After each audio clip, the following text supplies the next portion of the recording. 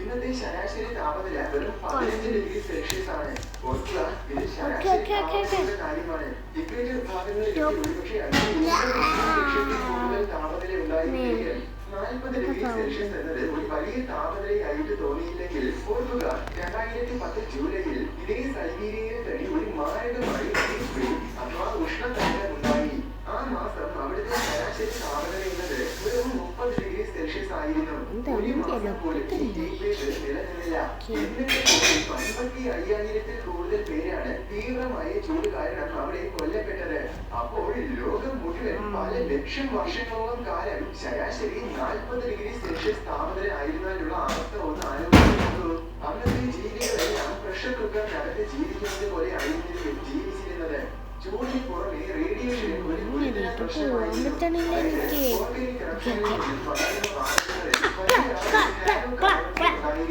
Ozone ലെയറിനെ നശിപ്പിക്കുന്ന വാതകമാണ് കാനോ carbon. അതിനാൽ തന്നെ അന്ന് ഓസോൺ ലെയർ തീരെ ദുർബലമായി കാണും. ഭൂമിയുടെ മാരകമായ റേഡിയേഷനിൽ നിന്ന് നമ്മളെല്ലാം സേഫ് ആക്കി നിർത്തിയിരിക്കുന്നത് ഓസോൺ പാളിയാണ്. ഓസോൺ പാളിയില്ലെങ്കിൽ സൂര്യാഘാതവും ക്യാൻസറും ഒക്കെ എപ്പോഴും സംഭവിച്ചുകൊണ്ടിരിക്കും. അതേ അവസ്ഥ തന്നെയായി എന്നാൽ അന്ന് ഇക്വറ്റർ ഭാഗത്ത് ഇന്നത്തേക്കാൾ 4 മടങ്ങ് റേഡിയേഷൻ ഉണ്ടായിരുന്നു. ചില പ്രദേശങ്ങളിലാണെങ്കിൽ കൂടുതൽ. ഇത്രയും മാരകമായ റേഡിയേഷൻ കാരണം അന്ന് പല ജീവികൾക്കും മാരകമായ മ്യൂട്ടേഷൻസ് സംഭവിച്ചിരുന്നു. ഈ മ്യൂട്ടേഷൻസ് കാരണം ഒരുപാട് വംശനാശം സംഭവിച്ചിട്ടുണ്ട്. അന്തരീക്ഷത്തിലുള്ള വ്യതിയാനങ്ങൾ തീർച്ചയായും അന്നത്തെ കാലാവസ്ഥകൾ ആകെ തകിടം മറിഞ്ഞിട്ടുണ്ട്. കാലാവസ്ഥകൾ മാറുന്ന വേഗത്തിൽ ജീവജാലങ്ങൾക്ക് മാറാൻ കഴിയാത്തതിനാൽ നല്ലൊരു ശതമാനം ജീവിവർഗങ്ങൾ അത് കാരണം നശിച്ചിട്ടുണ്ടാകും. ഇതിനെല്ലാത്തിനും പുറമെ ഓക്സിജനും അതൊരു വലിയ പ്രശ്നമായിരുന്നു. അതായത് വോൾക്കാനിക് ഇറപ്ഷൻ തുടങ്ങുന്നതിന് മുന്നേ പെർമിയൻ കാലഘട്ടത്തിൽ അന്തരീക്ഷത്തിൽ ഓക്സിജന്റെ അളവ് ഇന്നത്തേതിനേക്കാൾ കൂടുതലായിരുന്നു. അത്രയും കൂടുതൽ ഓക്സിജൻ ശ്വസിച്ച് ജീവിക്കുന്ന രീതിയിലാണ് അന്നത്തെ ജീവികളൊക്കെ പരിണമിച്ചത്. എന്നാൽ വോൾക്കാനിക് ഇറപ്ഷൻസ് തുടങ്ങിയപ്പോൾ മറ്റു വാതകങ്ങളൊക്കെ അന്തരീക്ഷത്തിലെത്തിയത് കാരണം ഓക്സിജന്റെ അളവ് ഇന്നത്തേതിനേക്കാൾ ഒരുപാട് കുറഞ്ഞു. ഇത് സമുദ്രനിരപ്പിൽ നിന്നും ഒരുപാട് ഉയരത്തിൽ ജീവിക്കുന്ന സകല ജീവികളെ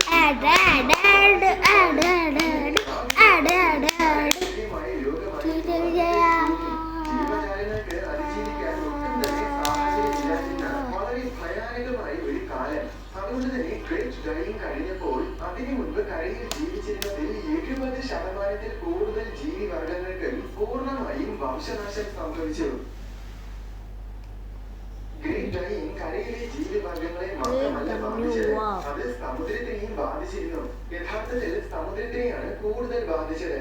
കാരണം സമുദ്ര ജീവികളെല്ലാം തന്നെ സമുദ്ര ജലത്തെ ആശ്രയിച്ചാണ് ജീവിക്കുന്നത്.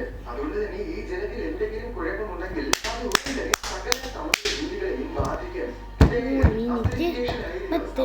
വംശനാശം സംഭവിക്കാനുള്ള ഒരു പ്രധാന കാരണം, അതായത് അന്തരീക്ഷത്തിൽ കാർബൺ ഡയോക്സൈഡിന്റെ അളവ് കൂടിയപ്പോൾ സമുദ്രങ്ങൾ കൂടുതൽ അളവ് കാർബൺ ഡയോക്സൈഡ് വലിച്ചെടുക്കാൻ തുടങ്ങി. അനന്തരഫലമായി സമുദ്ര ജലത്തിന്റെ അസിഡിറ്റിയും വർദ്ധിച്ചു. പുറംതോടുള്ള ജീവികൾക്കെല്ലാം അസിഡിറ്റി കൂടിയ വെള്ളം തീവ്രമായ വിഷം പോലെയാണ്. അവയുടെ പുറംതോടുകളെയൊക്കെ എളുപ്പത്തിൽ നശിപ്പിച്ച് കളയാൻ ഈ ഉയർന്ന അസിഡിറ്റിക്ക് കഴിയും. അതുകൊണ്ട് തന്നെ അസിഡിറ്റി കൂടിയപ്പോൾ ഇത്തരം ജീവിവർഗങ്ങൾക്കൊക്കെ വളരെ വേഗം വംശനാശം സംഭവിക്കാൻ തുടങ്ങി. ഇത്തരം ജീവിവർഗങ്ങൾ ആഹാര ശൃംഖലയുടെ പ്രധാന കണ്ണിയാണ്. അതിനാൽ ഇവയുടെ തിരോധാനം സമുദ്രത്തിലെ ആഹാര ശൃംഖലയെ മൊത്തം തകർക്കുകയും ചെയ്തു. കരയിലെ ആഹാര ശൃംഖലയേക്കാൾ വളരെയധികം സങ്കീർണമായ രീതിയിൽ പരസ്പര പൂരകമായതാണ് സമുദ്രത്തിലെ ആഹാര ശൃംഖല.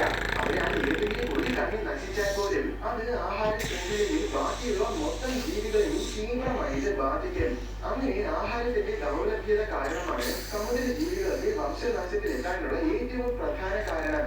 അതിനു പുറമെ കരയിലെ പോലെ സമുദ്രത്തിലെയും ചൂട് വർദ്ധിച്ചു. കരയിലാണെങ്കിൽ കുറഞ്ഞ സ്ഥലങ്ങളിൽ പലായനം ചെയ്ത് രക്ഷപ്പെടാൻ പറ്റും. എന്നാൽ സമുദ്രങ്ങളിലാണെങ്കിൽ അതും സാധ്യമല്ല. കാരണം താപനിലയിലെ വ്യത്യാസം സമുദ്രത്തിനെ ഏകദേശം മൊത്തം ഒരേപോലെ തന്നെ ബാധിക്കും. അതിനാൽ തണുത്ത പ്രദേശങ്ങളിൽ ജീവിച്ചിരുന്ന സകല സമുദ്ര ജീവിവർഗങ്ങൾക്ക് തീവ്രമായ ചൂട് കാരണം അതിവേഗം വംശനാശം സംഭവിച്ചു. ചൂട് കാരണം വേറെയും ഒരു വലിയ പ്രശ്നമുണ്ട്. എന്താണെന്നാൽ ചൂട് കൂടിയ വെള്ളത്തിൽ ഓക്സിജന്റെ അളവ് അളവ് തീരെ കുറവായിരിക്കും. അത് കരയിലെ അവസ്ഥയേക്കാൾ വളരെ ഭീകരമാണ്. അങ്ങനെ ഈ ഓക്സിജന്റെ ദൗർലഭ്യതയും ഒരുപാട് ജീവിവർഗങ്ങളെ ശ്വാസം മുട്ടിച്ച് നശിപ്പിച്ചു കളയും. മറ്റൊരു കാര്യം, സമുദ്രത്തിൽ സാധാരണ വളരെ പതിയെയാണ് താപനിലയിൽ വ്യത്യാസം വരുന്നത്. എന്നാൽ ഗ്രേറ്റ് ബരിയറിന്റെ കാലഘട്ടത്തിൽ സമുദ്ര താപനിലയിലെ വ്യത്യാസം വളരെ പെട്ടെന്നുള്ളതായിരുന്നു.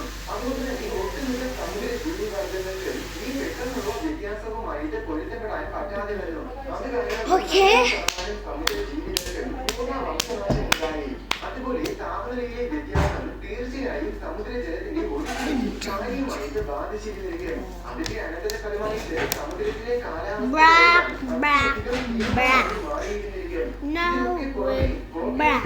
പല വിധത്തിലുമുള്ള സമുദ്രജലം പെട്ടെന്ന് ജലത്തിൽ അലിഞ്ഞു ചേരുകയും വളരെ വേഗം തന്നെ അത് സമുദ്രം മൊത്തം വ്യാപിക്കുകയും ചെയ്യും. അപ്പോൾ വിഷാംശങ്ങൾ ഉള്ളിൽ പോയതോടെ ഒരുപാട് സമുദ്ര ജീവികൾക്ക് വംശനാശം സംഭവിച്ചിട്ടുണ്ടാകും. അങ്ങനെ ഇതെല്ലാം കൂടി ഒരുമിച്ച് സംഭവിച്ചപ്പോൾ ഗ്രേറ്റ് ഡൈയിങ്ങിൽ 96% സമുദ്ര ജീവി മാനങ്ങൾക്ക് പൂർണ്ണമായി വംശനാശം സംഭവിച്ചു. വംശനാശം ദൂരമായി ഒരു പുനഃസജ്ജീകരണ രീതിയാണ്. വംശനാശം ജീവനെ നശിപ്പിക്കാൻ ശ്രമിക്കുമ്പോഴും ജീവൻ അതെല്ലാം മറികടന്നു. അങ്ങനെ ജീവൻ അതിജീവിച്ചതിന്റെ അനന്തരഫലമായിട്ടാണ് ഇപ്പോൾ നമ്മുടെ ഭൂമിയിലുള്ളത്. പക്ഷേ ഇനി ഒരുപക്ഷെ പ്രകൃതിയുടെ അനുഭവങ്ങൾ നമ്മളായിരിക്കുമോ?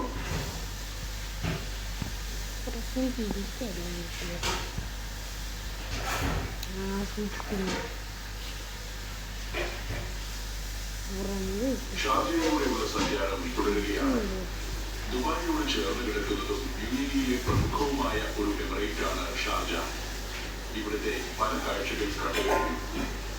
ഷാർജ മ്യൂസിയം ഓഫ് ഇസ്ലാമിക് സിവിലൈസേഷനും 26 സ്ട്രീറ്റുകളും സൂഖ് അൽ അദ്ന Islamic art centre, Sharjah art museum, Khalid lake, Sharjah court of justice, fishing ഹാർബറുകൾ, ഫോർട്ടുകൾ എന്നിവയൊക്കെ കണ്ട ശേഷമാണ് യാത്ര തുടരുന്നത്.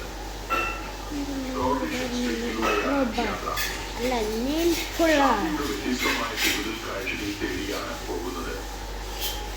വൃത്തിയോടെയും ഭംഗിയോടെയും പ്രൗഢിയോടെയും പരിപാലിക്കപ്പെടുന്ന അത്ഭുതപ്പെട്ടിരിക്കുകയാണ് ഞാൻ.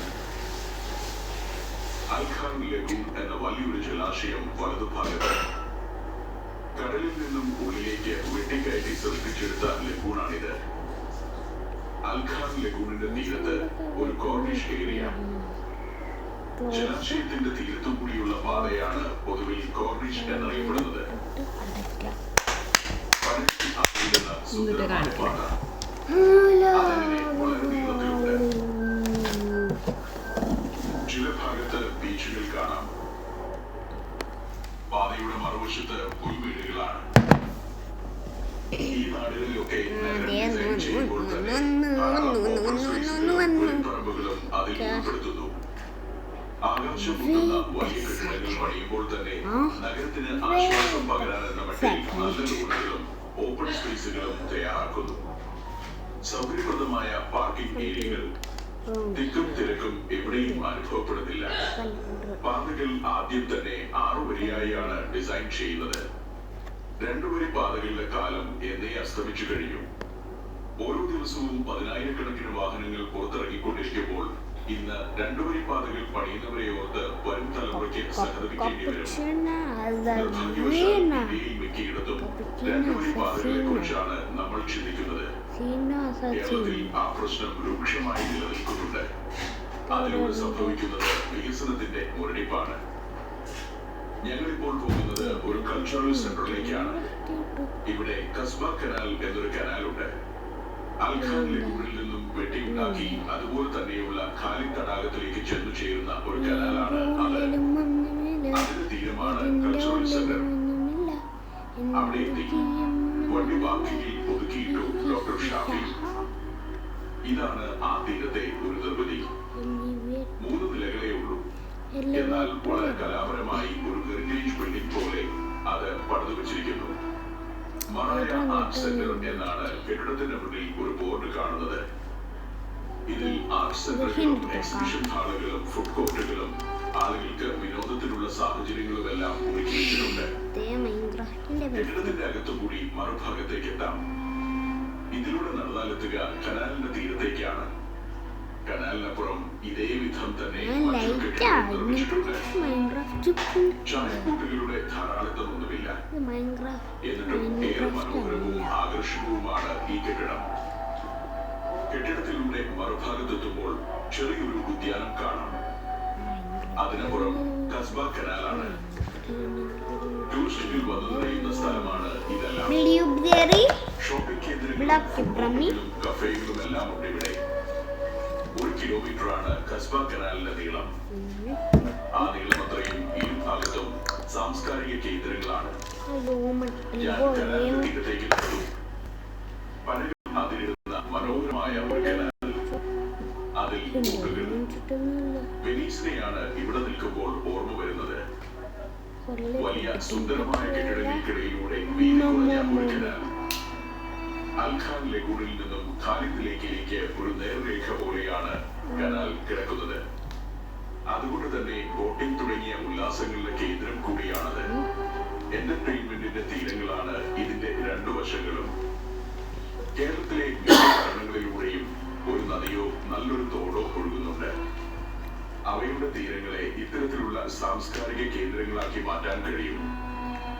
അങ്ങനെ ഒരു മുൻകാഴ്ച നമ്മുടെ ഭരണാധികാരികൾ ഉണ്ടാകേണ്ടതുണ്ട്. ദുബായിലും ഷാർജയിലുമൊക്കെ എത്രയോ തവണ പോകുന്നവരാണ് അവരെല്ലാം. വളരെ എളുപ്പത്തിൽ ഇത്തരം കേന്ദ്രങ്ങൾ ഒരുക്കാവുന്നതേ ഉള്ളൂ. അതിലൂടെയൊക്കെ വലിയ വരുമാനം ഉണ്ടാകും. കനാലിന് കുറുകെ ഇങ്ങനെ ഒരു പാലമുണ്ട്. ചിത്രപ്പണികൾ കൊണ്ട് അലങ്കരിച്ച ഒരു പാലം. ആ പാലത്തിൽ കയറി മധ്യത്തിൽ നിന്ന് നോക്കുമ്പോൾ കസ്ബ കനാൽ ദൂരെ ലഗൂണിലേക്ക് നീണ്ടു പോകുന്നത് കാണാം.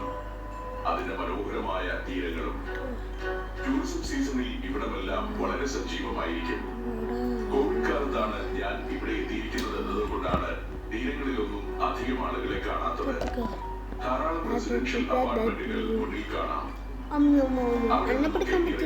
ആളുകൾക്ക് വൈകുന്നേരങ്ങളിൽ സമയം ചെലവഴിക്കാനും ഭക്ഷണം കഴിക്കാനും ഒത്തുചേരാനും ഒക്കെയുള്ള ഒരിടമാണ് കനാലിന്റെ തീരങ്ങൾ. കൊച്ചിയിലെ പേരണ്ടൂർ കനാലും കോഴിക്കോട്ടെ കനോലി കനാലുമെല്ലാം ഭരണാധികാരികൾ ഒന്ന് മനസ്സുവെച്ചാൽ സുന്ദരമാക്കാം. അത്തരത്തിലുള്ള നൂറുകണക്കിന് കനാലുകളും പാതകളും ഉണ്ടല്ലോ കേരളത്തിൽ. അതിന്റെ എല്ലാം ഓരങ്ങൾ ഈ വിധം ഒന്ന് വൃത്തിയാക്കുകയേ വേണ്ടൂ. കനാലിന്റെ മറുകരയിലേക്ക് ചെല്ലുമ്പോൾ ഇവിടെയുമുണ്ട് ഒരു ഉദ്യാനം. കുട്ടികൾ കളിച്ചു നടക്കുന്നു. വളരെ ഉന്മേഷദായകമായ ഒരു അന്തരീക്ഷമാണ് ഇവിടെ. ഇവിടുത്തെ ആളുകൾ ഈ നാടിനെ സ്നേഹിച്ചു പോകുന്നത് വെറുതെയല്ല. സാഹചര്യങ്ങളിൽ ആളുകൾക്ക് വന്നിരുന്ന് ഭക്ഷണം കഴിക്കാനായി റെസ്റ്റോറന്റുകളിൽ നിന്ന് മുറ്റത്തേക്ക് ഇറങ്ങിയിട്ട മേശകസേരകൾ 3 മണി കഴിഞ്ഞിട്ടേ ഉള്ളൂ. അതുകൊണ്ടാണ് ആൾത്തിരക്കില്ലാത്തത്. തണുപ്പ് കാലത്താണ് ഏറ്റവും അധികം ആളുകൾ ഇവിടെ വരിക. അതിഗംഭീരമായ ഒരു ആംബിയൻസ് ആണ് ഏറ്റവും. ആ തീരത്ത് കൂടി ഞാൻ പിന്നെയും നടന്നു. അങ്ങിങ്ങി സ്ഥാപിച്ചിരിക്കുന്ന ചെറിയ